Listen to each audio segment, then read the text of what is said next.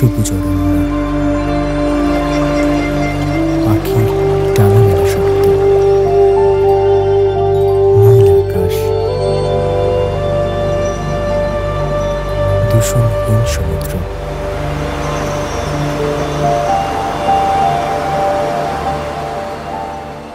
আমাদের নীল গ্রহকে আমরা এমনভাবেই দেখতে চাই, পরিবেশ ও প্রতিবেশের উন্নয়নের মাধ্যমে নিশ্চিত করা সম্ভব সেই নির্মল প্রকৃতি ও জীববৈচিত্র্য।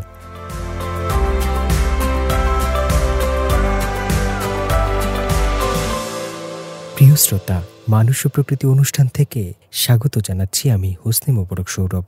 বিশাল দেশ চীনের রয়েছে সমৃদ্ধ জীববৈচিত্র্য।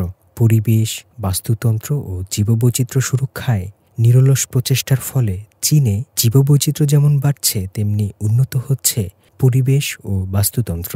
আমাদের অনুষ্ঠানে আমরা চীন সহ পুরো বিশ্বের পরিবেশ, জীববৈচিত্র্য ও বাস্তুতন্ত্র নিয়ে কথা বলবো।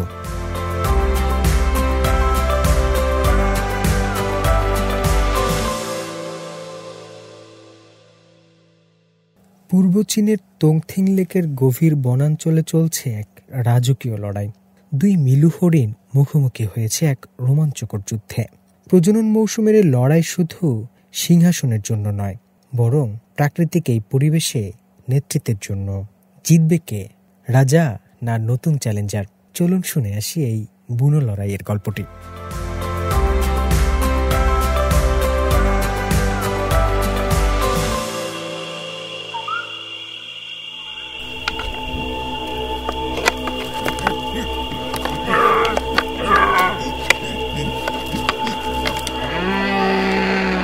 পূর্ব চীনের সুবিশাল তংথিং হ্রদের জলাভূমিতে চলছে রাজত্ব দখলের লড়াই।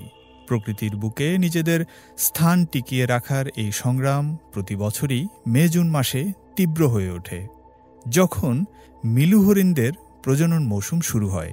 এক অদম্য স্পৃহা আর রাজকীয় শিংয়ের জট পাকানো সবুজ লতা নিয়ে এক পুরুষ হরিণ মুখোমুখি হয় তার শক্তিশালী প্রতিদ্বন্দ্বীর। এক তীব্র রক্তক্ষয়ী লড়াইয়ে নামে সে।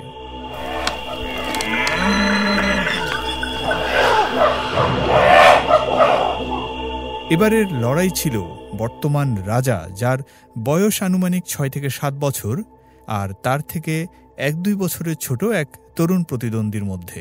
প্রতিদ্বন্দ্বী যখন রাজত্বের দাবি নিয়ে রাজাকে চ্যালেঞ্জ জানায়, তখন সবুজ লতা পেঁচানো রাজা তার মুকুট ধরে রাখতে সেই চ্যালেঞ্জ গ্রহণ করে। শুরু হয় এক শ্বাসরুদ্ধকর যুদ্ধ। এই লড়াইয়ের শেষ ফলাফলই নির্ধারণ করবে কে হবে তংথিং হ্রদের সুবিশাল অঞ্চলের নতুন অধিপতি। অবশেষে দীর্ঘ এই লড়াইয়ের পর জয়ী হয়েছে বর্তমান রাজা হরিণটি। সে নিজের রাজত্ব টিকিয়ে রাখতে সক্ষম হয়েছে, কিন্তু এই সংগ্রাম তাকে প্রতি বছরই এই সময়ে করতে হবে।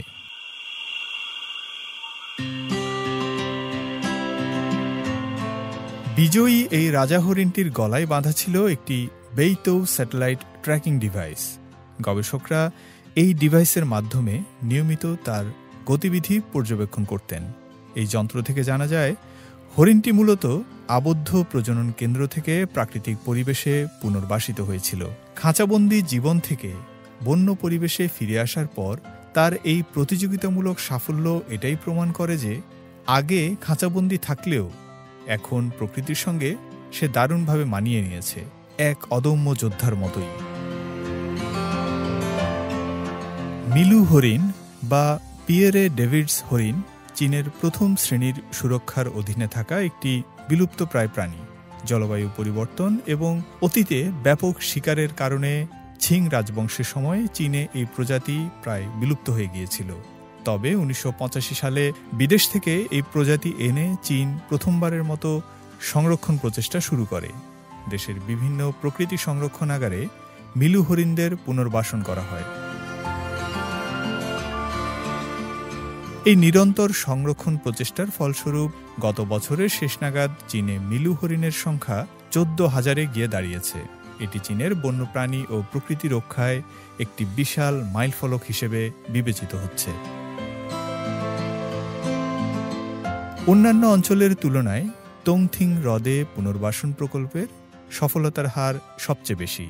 শত শত মিলু হরিণ মুক্তভাবে ঘুরে বেড়ায় এই হ্রদের বনাঞ্চলে, যা তংথিং হ্রদকে মিলু হরিণদের এক নিরাপদ ও প্রাণবন্ত অভয়ারণ্যে পরিণত করেছে।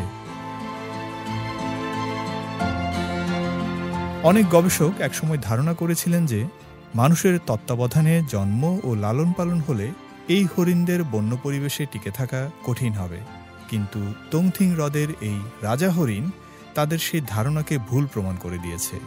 তার এই বিজয় যেন প্রকৃতির অদম্য শক্তিরই এক জয়গান।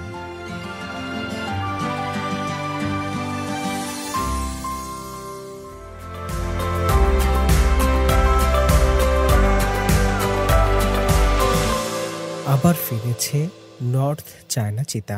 শানসি প্রদেশের পাহাড় জঙ্গলে বাড়ছে দুর্লভী প্রজাতির সংখ্যা। চিতাটির শরীরে প্রাচীন চীনা মুদ্রার মতো ছোপ ছোপ দাগ থাকা এর আরেক নাম সোনার মুদ্রা চিতা। বন্যপ্রাণী সংরক্ষণে চীন সরকারের উদ্যোগে এই চিতার বিস্তার হচ্ছে সংরক্ষিত অঞ্চলে। তবে এদের চলাফেরা গ্রাম ও সড়কের কাছাকাছি হওয়ায় ঝুঁকির আশঙ্কাও রয়েছে। গবেষকরা বলছেন শানসিতে পর্যন্ত 222টি নর্থ চায়না চিতার গতিবিধি শনাক্ত করা গেছে। বিস্তারিত চলুন শুনে আসি।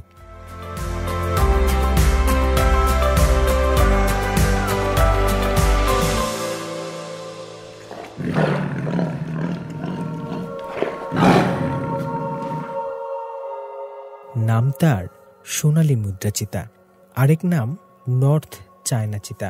শরীর জুড়ে আছে প্রাচীন চীনা মুদ্রার মতো কালো সোনালী ছোপ। জাতীয় বন ও তৃণভূমি প্রশাসনের ফেলাইন রিসার্চ সেন্টারের ডাক্তার লিউ পাওচুয়াং বলেন, প্রতিটি পুরুষ নর্থ চায়না চিতা গড়ে 60 বর্গ কিলোমিটার এলাকা দখলে রাখে, আর স্ত্রী চিতার দখলে থাকে এর অর্ধেক স্থান। প্রায় 15 দিন পর পর তারা নিজেদের এলাকার টহল শেষ করে। এখন চিতার সংখ্যা বাড়ছে বলে আরো বেশি চিতা আশেপাশে ছড়িয়ে পড়ছে। সম্প্রতি শানসির থিয়েচিয়াং মাউন্টেন নেচার রিজার্ভে ইনফ্রারেড ক্যামেরায় ধরা পড়ে 2 পুরুষ চিতার চলাচল। তারা তাদের মূল আবাস ছেড়ে পূর্ব হসন কাউন্টির পর্বতাঞ্চলে পৌঁছায়। এ সময় তারা পাড়ি দেয় 100 কিলোমিটারেরও বেশি পথ। নর্থ চায়না চিতার এই প্রত্যাবর্তন কেবল প্রাকৃতিক নয়, চীনের পরিবেশ রক্ষা উদ্যোগের বাস্তব ও স্থায়ী সাফল্যের প্রতিচ্ছবি।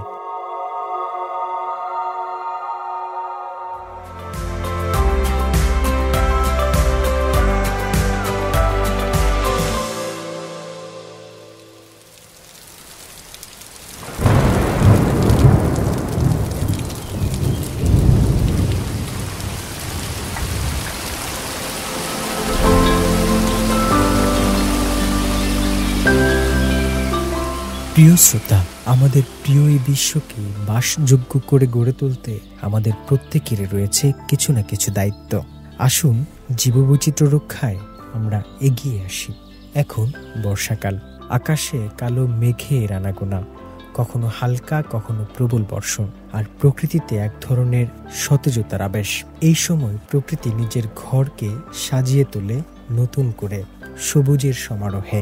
এখন বৃক্ষরোপণের উপযুক্ত সময়, তাই এ সময় আমরা আমাদের চারপাশে ফলজ, বনজ ও ঔষধি গাছের চারা লাগাতে পারি। পাশাপাশি আমাদের আশেপাশে পানি জমে মশার বংশবিস্তার যেন না হয় সেদিকে খেয়াল রাখে।